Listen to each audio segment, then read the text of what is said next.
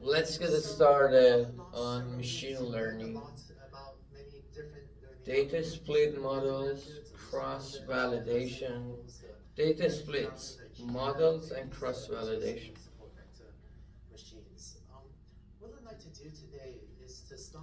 Just finished the coding session in 45 minutes. Like, I took the code up to a point.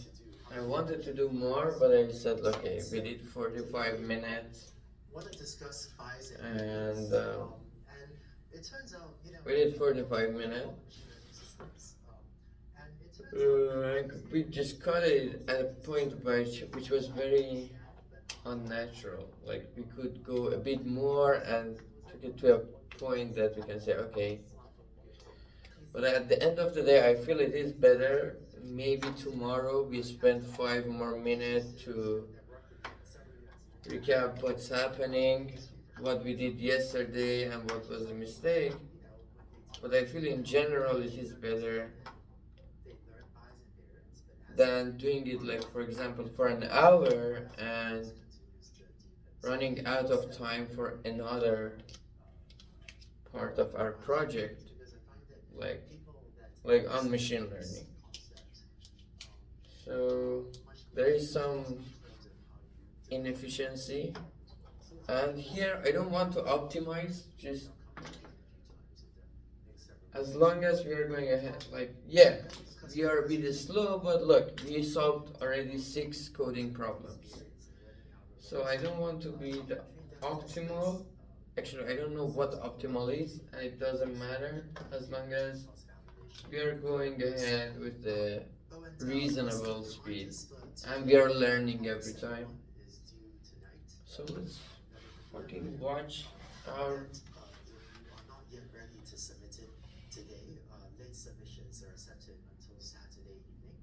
Look, late submissions are accepted. It's always, you should not be on time. You always have some room for inefficiency.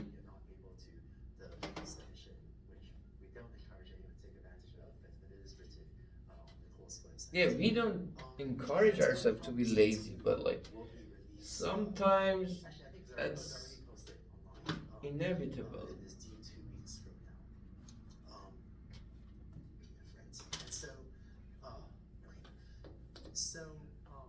So, data splits, models, and cross validation. I heard cross validation before, like the term is used a lot, so it should be interesting.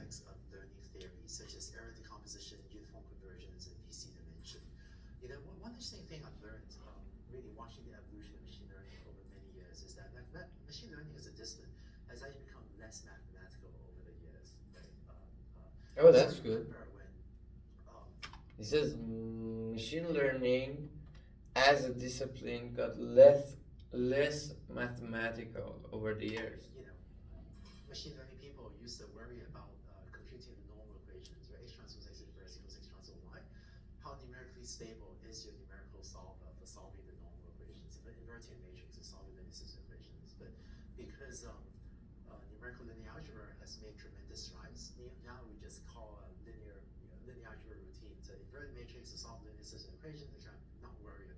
Oh, okay. It's just because other people in mathematics did their job well, we have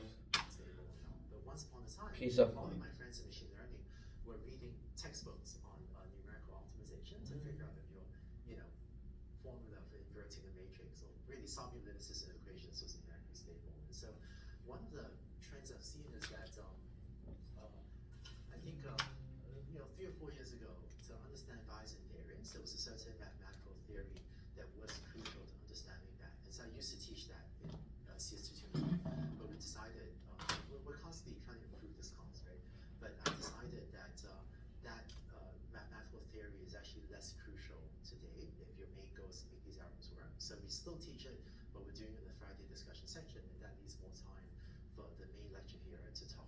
conceptual thing that they will help you build learning algorithms, as well as for the newer topics like we'll talk about random forest, disinterested random forest, and neural networks.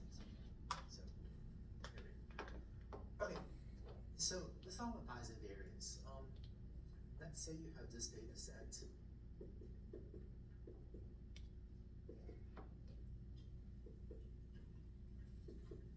Right, I'm going to draw the same data set 3 times.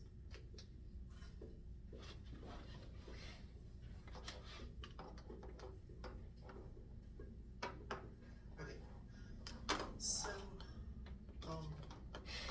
let's say you have a housing price prediction problem. What does it mean? This is It is the same data set repeated 3 times and it puts different. If it's a straight line to this It data, did a good job actually. maybe it's not too bad. But it looks like this data set seems to go up and then curve down a little bit. Not really. So maybe this is a slightly better model. Maybe fitting. So this is a You could do better data sets, to be honest. X. But if you did a quadratic model, maybe this actually fits the data set a little bit better. Or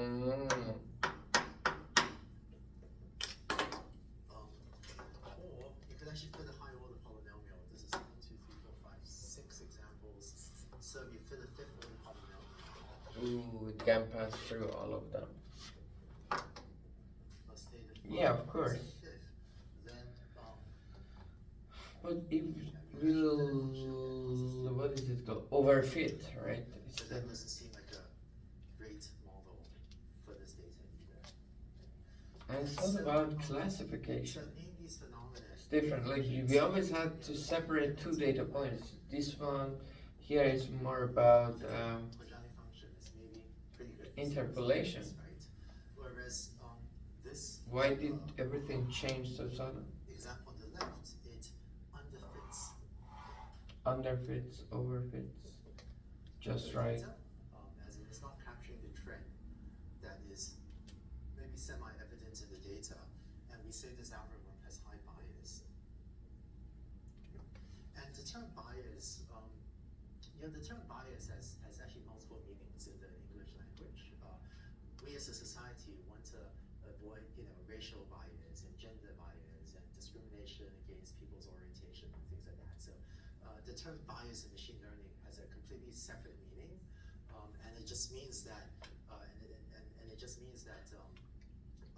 this learning algorithm had very strong preconceptions that the data could be fit by a linear function. This algorithm had a very strong bias and a very strong preconception that the relationship between pricing and size of houses is linear, and this bias turns out not to be true. Okay, so there's actually a different sense of bias than the other types of undesirable bias we want to avoid as a society, which interestingly comes up in machine learning as well in other contexts. Right? We want our learning algorithms to avoid those kind of bias as well, with a different use of the term.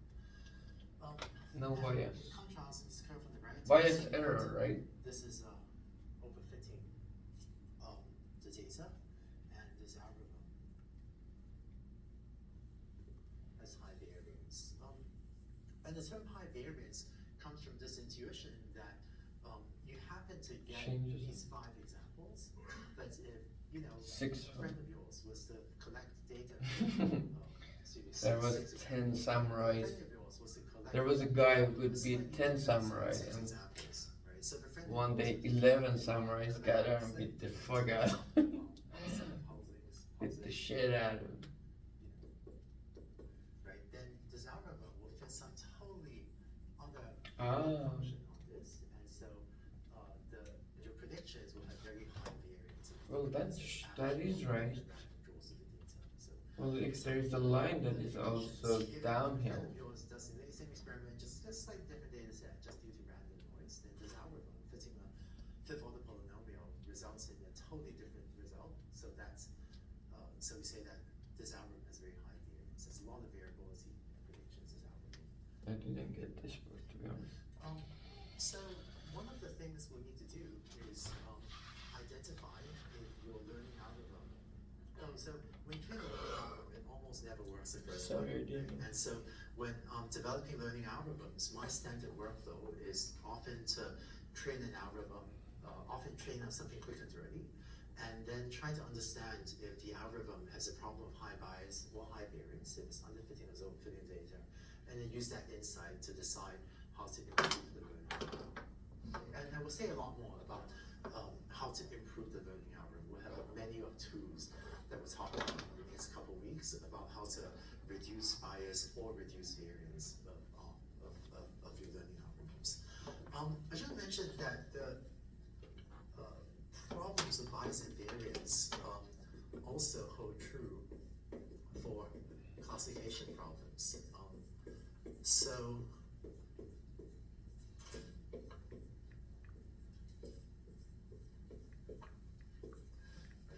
So let's say that's a binary classification problem. If you fit a logistic regression model to this, straight line fit to the data, maybe that's not great. Right? If you fit a logistic regression model with a few nonlinear features, so you have features x1, x2, if instead of using x1 and x2 as features, you use additional features like x1 squared, x2 squared, x1 times x2, x1 cubed x2, if this is phi of x, right? And you can have a small set of features you choose by hand, create more features than this, or use an SVM kernel and use an SVM. Oh, then we are back to the classification. Let's see, if you have too many features, then you might actually have a learning algorithm that fits the decision boundary that looks like that. And this learning algorithm actually gets perfect performance on the training set, but this overfits. Excuse me. I meant to make the colors consistent. Sorry, I meant to use red. You get what I mean. And it's only if you choose somewhere in between, that you get something that seems to be a much better fit to the data. The green line seems to be a pretty good way of separating positive and negative examples. That's sort of just right. So similar to, I guess I messed up the color slightly, well, kind of, but similar to these colors here, the blue line underfits because it's not capturing trends that are pretty apparent in the data. The orange line overfits. It's just much too complicated hypothesis, whereas the green line is just right. Okay. So it turns out that in the era of GPU computing, ability to train models with a lot of features, by building a big enough model, so take a support vector machine, if you add enough features to it, you have a high enough dimensional feature space, or if you take a linear regression model or logistic regression model, just add enough features to it, you can often overfit the data. And it turns out that one of the most effective ways to prevent overfitting is regularization. So let me describe what that is. And one of the most effective ways to prevent overfitting is regularization. So let me describe what that is. If you don't regularize, you overfit. Excuse me. That's it. So we're working today's lecture. So this is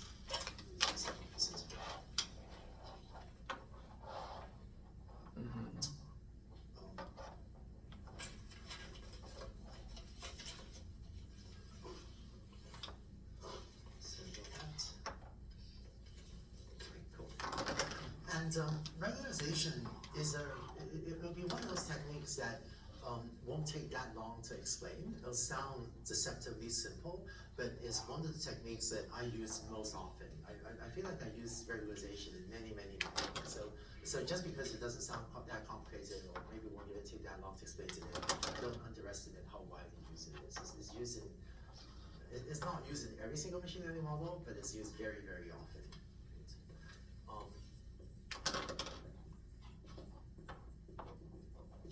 So here's the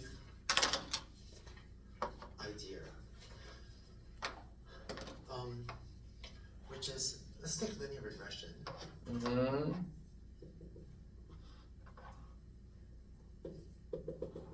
Let's take linear regression. This is linear.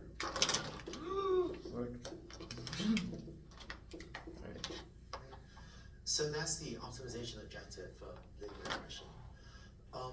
If you want to add regularization, you just add one extra term here, lambda By this angle. times norm of theta squared. Wow, okay. Sometimes you write lambda over 2 to make some of the derivations come out easier. And what this does is it takes your cost function for logistic regression, which you're trying to minimize the square derivative of theta, and you're creating an incentive term for the algorithm to make the parameters So I will theta hit this one right in the middle. So this is called a regularization term. I want this motherfucker right. This.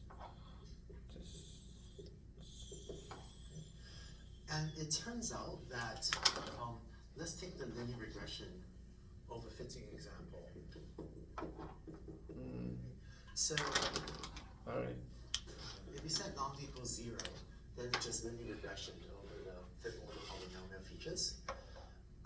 It turns out that as you increase lambda, lambda to some intermediate value, it depends on the scale of the data. Let's say you set lambda equals 1. Then You think I can when hit you this solve one? this minimization problem, this augmented problem for the value of theta, this term penalizes the parameters being too big, and it turns out that you will end up with a fit Much that better. looks a little bit better, and maybe looks like that. Less variance. And by preventing the parameter So the state theta is the parameter, so you don't want the parameter size to be very big. It turns out fitting a very high order polynomial like that may It's result like in a values that punishment term. I don't want to let theta to be very big. Why big theta means then you actually end up linear? underfitting regime. So there'll usually be some optimal value of lambda where Motherfucker, we are solving an optimization problem. I says that there is an optimal value of then you're forcing how can we find the lambda optimum? It's another optimization problem. Actually, think about it. If lambda was equals, 10 to the 100 or some ridiculously large number, then you're really forcing all the thetas to be 0. Zero, Right? If all the thetas are 0, then then you're kind of fitting. you are a this hero. right? So If this is all of your equals. thetas are zero, you are a hero. And this is a very simple function, which is the function 0. Right? This function h of theta of x equals 0, approximately 0. This is a very simple function, which you get if you set lambda to be very large. And by dialing lambda between a far too large value like 10 to the 100 compared to a far too small value like not equals 0, you smoothly interpolate between this much too simple function of h equals 0 and a much too complex function. Okay. So there is There is. so that's pretty. So that's pretty much it for regularization in terms of what you need to implement. But if you feel like your learning algorithm may be overfitting, add this to your model and solve this optimization problem, and it will help relieve overfitting. Where is my model? Give me my model Generally, first. if I don't have you, any model. It says like how to make your model better. let's see. What is a model? More generally, if you have a say logistic regression problem, Alright. where this is your cost function.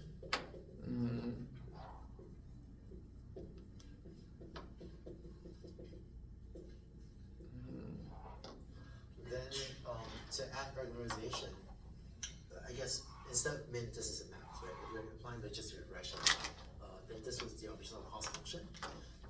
Then you can have minus lambda or lambda over 2. Right? It just depends on scaling of lambda times the norm of theta squared. And there's a minus. Can I because have we're a maximizing rather than minimizing. hexagon, This could be argmax and any of the generalized linear model. which the edges are the same size, Norm of theta squared. This allows you to also but the regularize angles are this not the same? such as logistic regression. That's a good question. Wait, what happened here? Add this to your model and solve this optimization problem, and it will help relieve overfitting.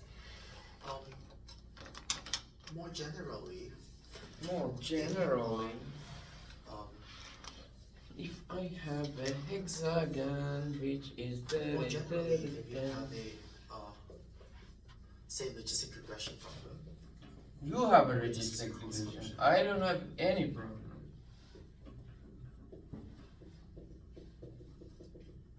And you have more problems. then to add regularization, I have no problem. I'm solving this it's problem. like this is a max, right? If you're applying logistic regression, then this was the original cost function. So it's a hexagon. Then you can have minus It's a hexagon, and all of them.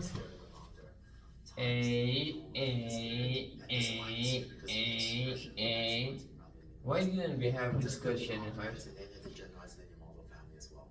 But by subtracting lambda times the norm of theta squared, this allows you to also regularize a classification algorithm, such as logistic regression. Okay, so she said there's always this regularizing It term. turns out that, I want to make an analogy that where all Do you the think math details, the angles will be the we same? don't want to talk about all the math details.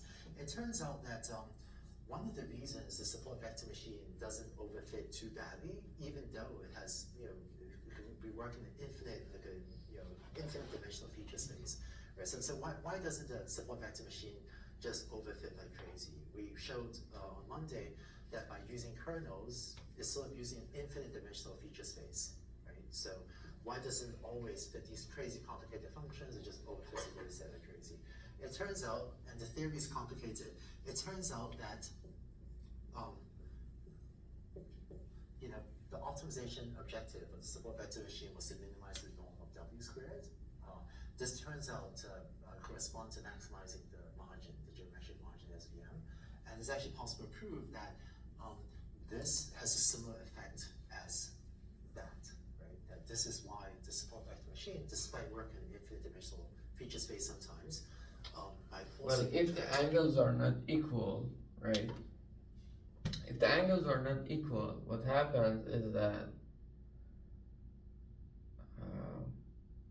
like this is like theta 1, this is theta 2. Then this triangle, these two edges won't be the same size. And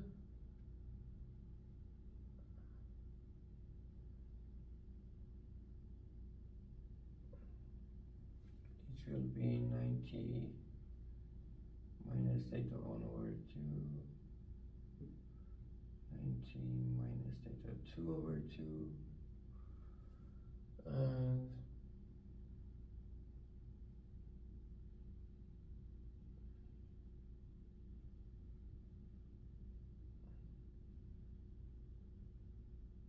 what is the size of the other? Like theta 3.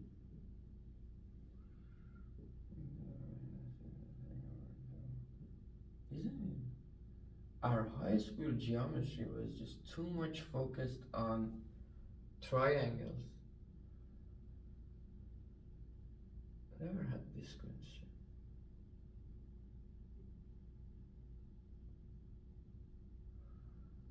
If these three angles are equal, right? What happens is that this will be a equalizer triangle, which means all the edges have the same size, and you'll have 60 here, 60, and if these angles are equal, right, and these will be equal, so all the angles will be equal. See, if three of them, which are like one in between, they're equal, we are fine.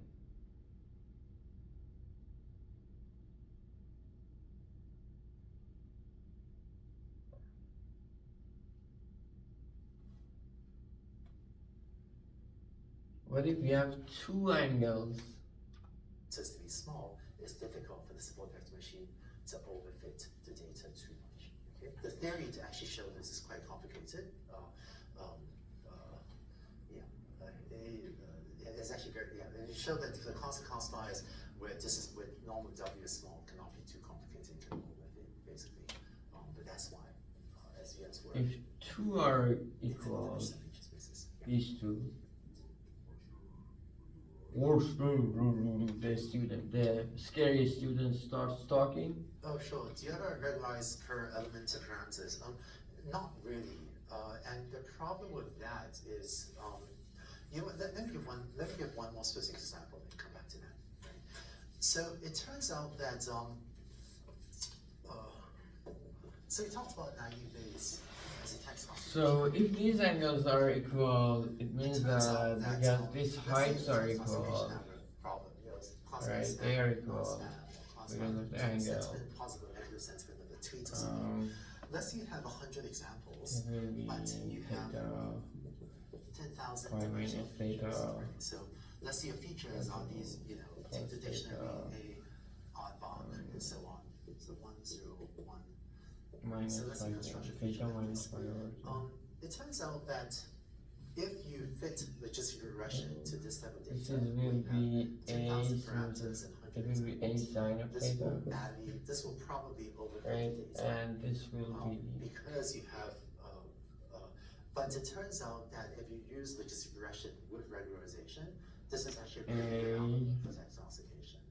And this will usually, in terms of performance accuracy, you know, because this is logistic regression, you need to implement gradient descent or something to solve. cosine of pi of minus But logistic regression with minus 8 regularization for text cosine of classification theta. will usually outperform naive Bayes on a classification accuracy standpoint. But Without regularization, logistic regression. can I say these two lines are parallel? To explain a bit more, you know, imagine that you have a three-dimensional subspace where you have two examples, then all you can do is fit a straight line, right, for the hyperplane to separate these two examples. Yes, this is. So one rule of thumb for They're logistic like- regression is that if you do not use regularization, it's nice if the number of Yes, it examples is is true. at least equal to the number of parameters you want to fit, right? So this is if you're not using regularization. It's nice if, in fact, I personally think that I tend to use the duration only if the number of examples can be maybe 10x bigger than the number of It examples. will be distracting. Because that's what I need, it's like enough information to fit good choices of all these parameters. And Laurel. But that's if you're not using regularization. But if you're not using regularization, then you can fit, you know, even 10,000 parameters, right? Even with only 100 examples, and this will be a pretty decent text classification algorithm. Text classification. The question you had just now, why don't we regularize per parameter, right? So why don't we, let's see, so I guess instead of lambda norm of theta squared, it would be a sum over j, lambda j, you know, theta j squared, right? What's the difference? The reason we don't do this is because you then end up with, if you have 10,000 parameters here, you end up They're the with same. 10,000 parameters here, and so choosing all those 10,000 parameters is as difficult as just choosing all these parameters. Scalar is easier, right? Whereas, when we talk about cross-validation in this session a little bit, we'll talk about how to choose maybe one parameter lambda, but those techniques won't work for choosing, so 10,000 parameters lambda j. Honestly, I like to add lambda j because I know what is a good amount of lambda j.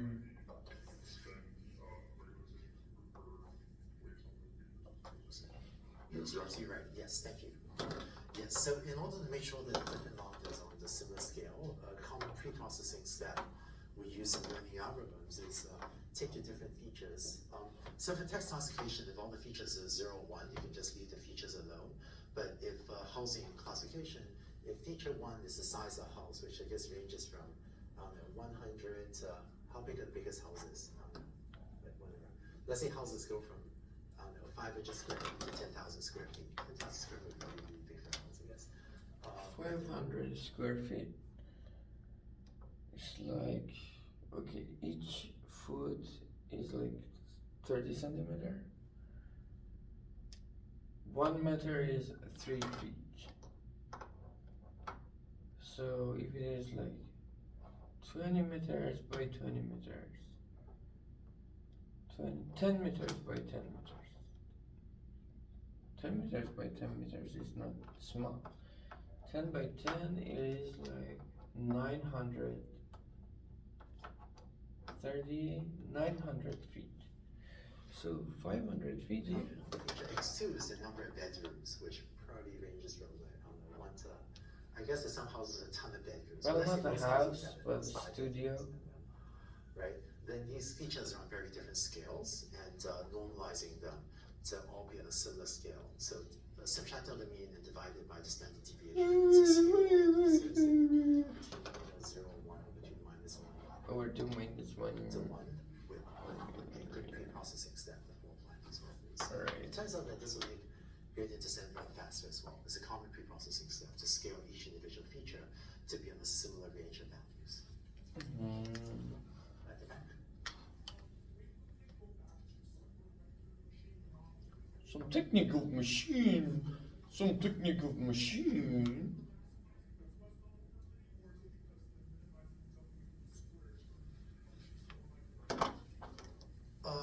So it's actually both. So I just repeated. Why don't support vector machines ever too badly? Is it because there's not small number of small vectors, or is it because of minimizing the penalty delta? Look at I would say the transfer. full argument relies more on the latter. So it turns out that if you look at all the class, of functions that separate the data with a large margin, that class has low complexity, formalized by low VC dimension, which you learned about in Friday's discussion section if you want to go to that. And so it turns out that the class of all functions that separate the data with a large margin is a relatively simple class of functions. And by simple class of functions, I mean it has low VC dimension, which we talked about this Friday. And thus, any function within that class of functions is not too likely to overfit. So it is convenient that support vector machine is a relatively known number of support vectors, but then you could imagine other This is a very linked large list. number of support vectors. But That's a large linked margin is list. still a low That's complexity class.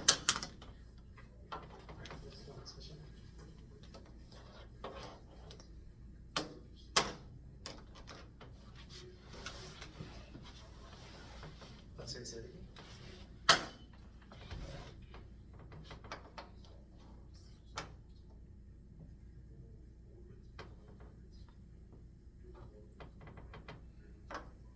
Oh, sure, yes. So is it possible to, yes, so one of the, so in general, models that have high bias tend to underfit, and models of high variance tend to overfit. We use these terms, overfit, high variance, underfit, high bias, not quite, they have very similar meanings, right? So first approximation, assume they mean the same thing. One thing we'll see later, 2 weeks from now, is we'll talk about algorithms with high bias and high variance. This is and actually one way to think of high bias and high variance, let's talk about it, is if a data set that looks like this.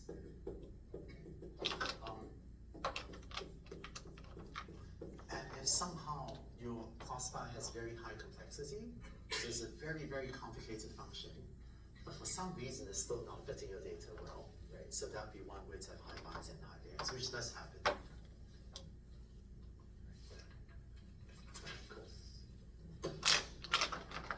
All right.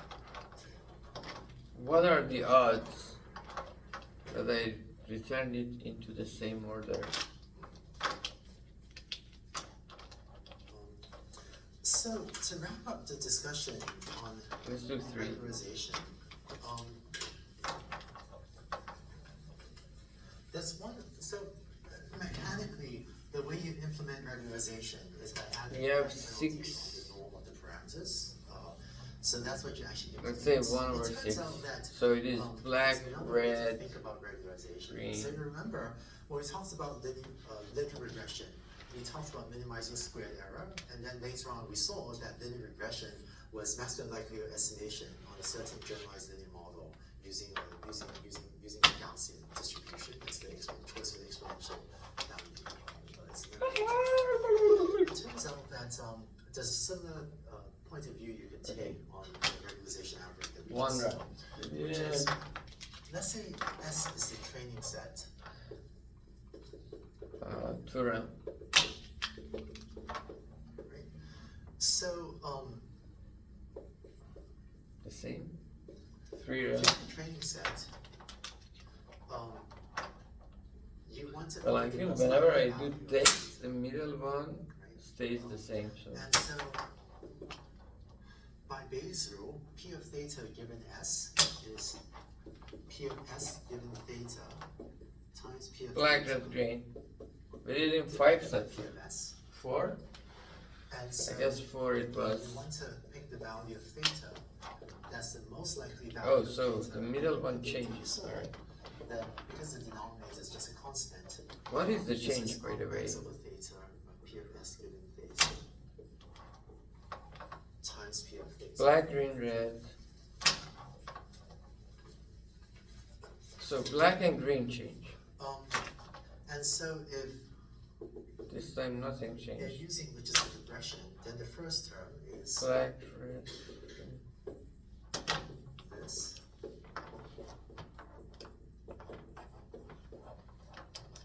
And in the second term, We will do this this P of instead. theta, where this is the, logistic When I regression. do this, and then this. Right? Or any generalized linear model. And it turns out that if you assume P of theta is Gaussian, so if we assume It is P of theta is Gaussian. follow theta, Come on, guys. the product Why of not P of Gaussian? theta is Gaussian would mean 0 and some variance tau squared I. So in other words, if P of theta is 1 over root 2 pi, I guess this would be determinant of tau squared I, right, e to the negative theta transpose tau Why isn't that? squared I inverse. Right? So the Gaussian probability as follows. It turns out that if this is your prime distribution for theta, and you plug this in here, and you take logs, compute the max, and so on, then you end up with exactly the regularization technique that we found just now. Okay? And so, in everything we've been doing so far, we've been taking a frequentist interpretation. I guess the two main schools Bayesian, of statistics Bayesian are and the frequentist. School of Statistics and the Bayesian School of Statistics. And there used to be sort of titanic academic debates about which is the right one, but I think the statisticians have gotten together and then kind of made peace and then go freely between these two more and more these days. Maybe not all the time, but in the frequency school of statistics, we say that there is some data and we want to find Why is it so much more difficult? of theta that makes the data as likely as possible, and that's where we got maximum likelihood estimation. Right? And in the frequency school of statistics, we view there as being some true value of theta out in the world that is unknown. And so there is some true value of theta that generates in all these housing prices, and our goal is to estimate this true parameter.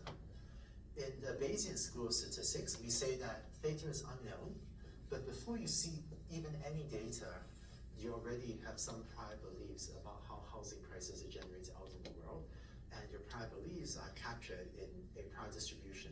Yes. Denoted by P of I theta. used to be in, I still am in the Bayesian school. And we say that I may be interested to do some frequentist work. It's quite reasonable. It's saying that before you've seen any data, on average, I think the parameters of theta Isn't it funny? are 0, What do you because do? I I'm know a that theta is Bayesian positive school. negative, so giving the mean 0 seems reasonable.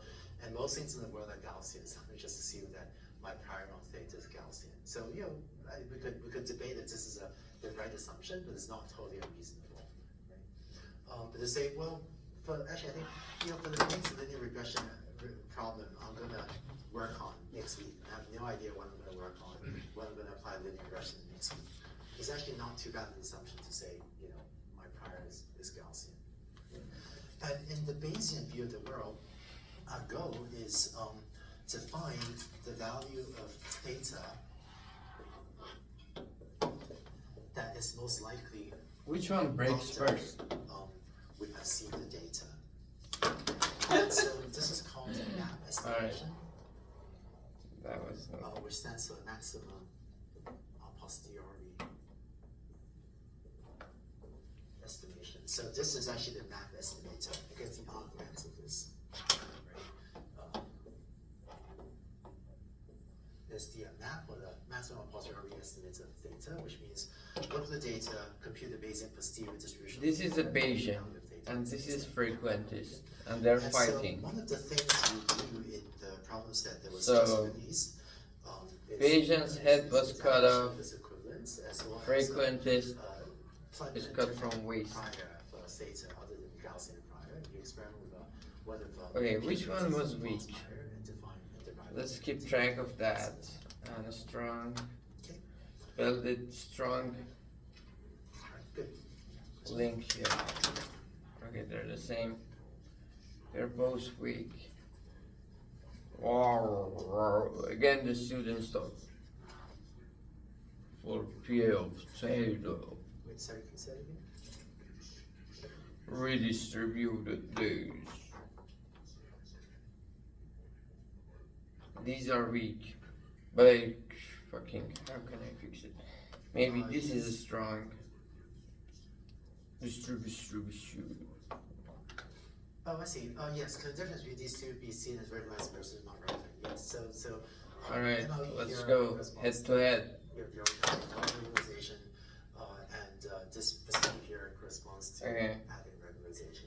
This one It turns out that got broken from statisticians can also waist use and regularization, head. it's just that they don't try to justify it. So this is like probably the weakest. Statistic, if you're a Unless frequentist the red statistician, one. your job is to wake up and come up with an algorithm to estimate this, true I value. wake up and come up with an algorithm. That is my job. I'm a statistician. I think a lot of these debates. That's how they introduce yourself. I wake up and come up with an algorithm. I came up. I wake up and found an equilibrium. Since I'm more philosophical, I think as a machine learning person, as an engineer, Alright, head to head. I think the philosophical debates are lovely. But That was tough, man.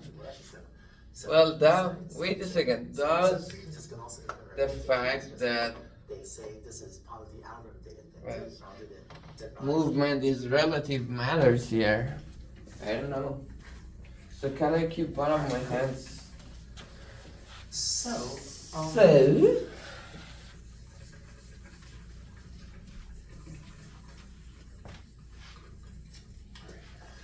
let's talk about Let's so talk in about. our discussion on regularization and choosing the degree of polynomial.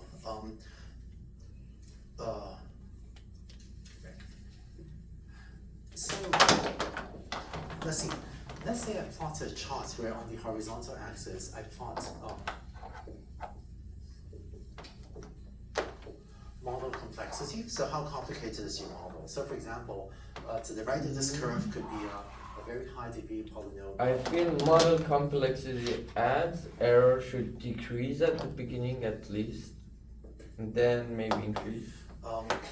And what you find is that as you increase model complexity, your training error, if you do not regularize, right? So if you fit. Yes, for your training error, it will You find decrease. that the higher the degree But of your what about polynomial, the test, less your training error. when you Because do it if on the fit more test data? polynomial, Of always course. fits the data better. You have more variables and it leads to less error and you have more But freedom. what we saw with the original picture was that the ability of the algorithm to generalize kind of goes down and then starts to go back up, right? And so if you were to have a separate test set and evaluate your classifier on a set of data that the algorithm hasn't seen So if far, I then you roll know it what the like algorithm this, generalizes to a different model set of data, drops it like then this. if you fit the linear I function, roll it fast, it drops it this way. But if I roll it like this, if it you drops fit it for the polynomial, this this way. overfits. But what if I roll it And the sum of the t. slow?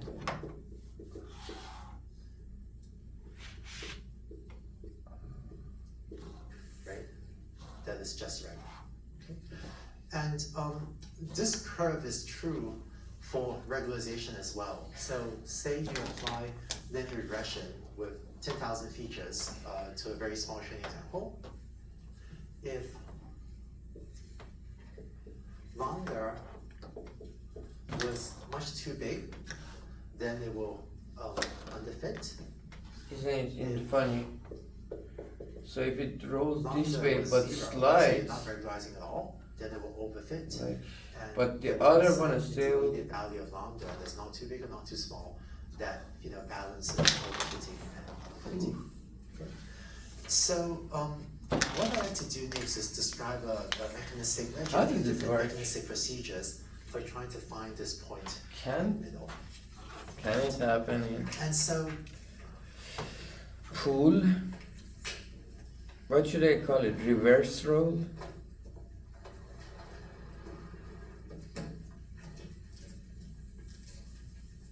Reverse cue ball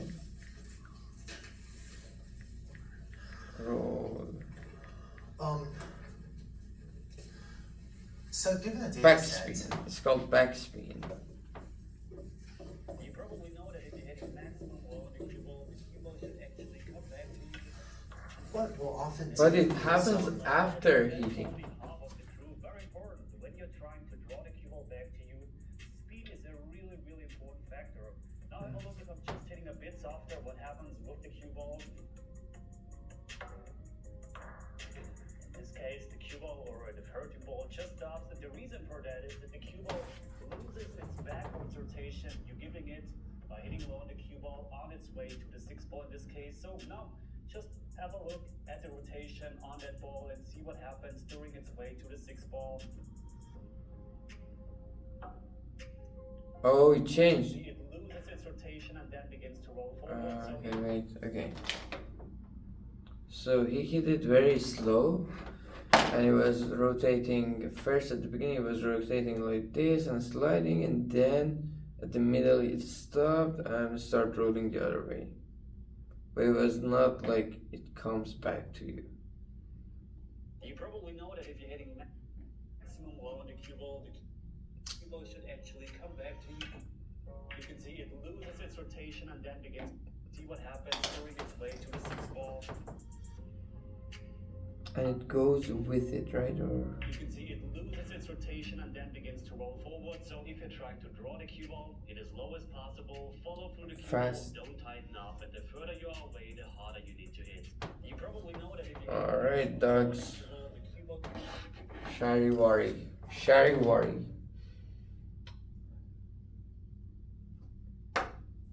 What is the next topic? so given a data set, Given a data set. what we'll often do is Training. take your data set and split it into different subsets. Yes, test a and good idea is to evaluation. take data and train depth and test sets. So if you have, say, 10,000 examples, right, and you're trying to carry out this model selection problem. So, for example, let's say you're trying to decide what order polynomial you want to fit. Right?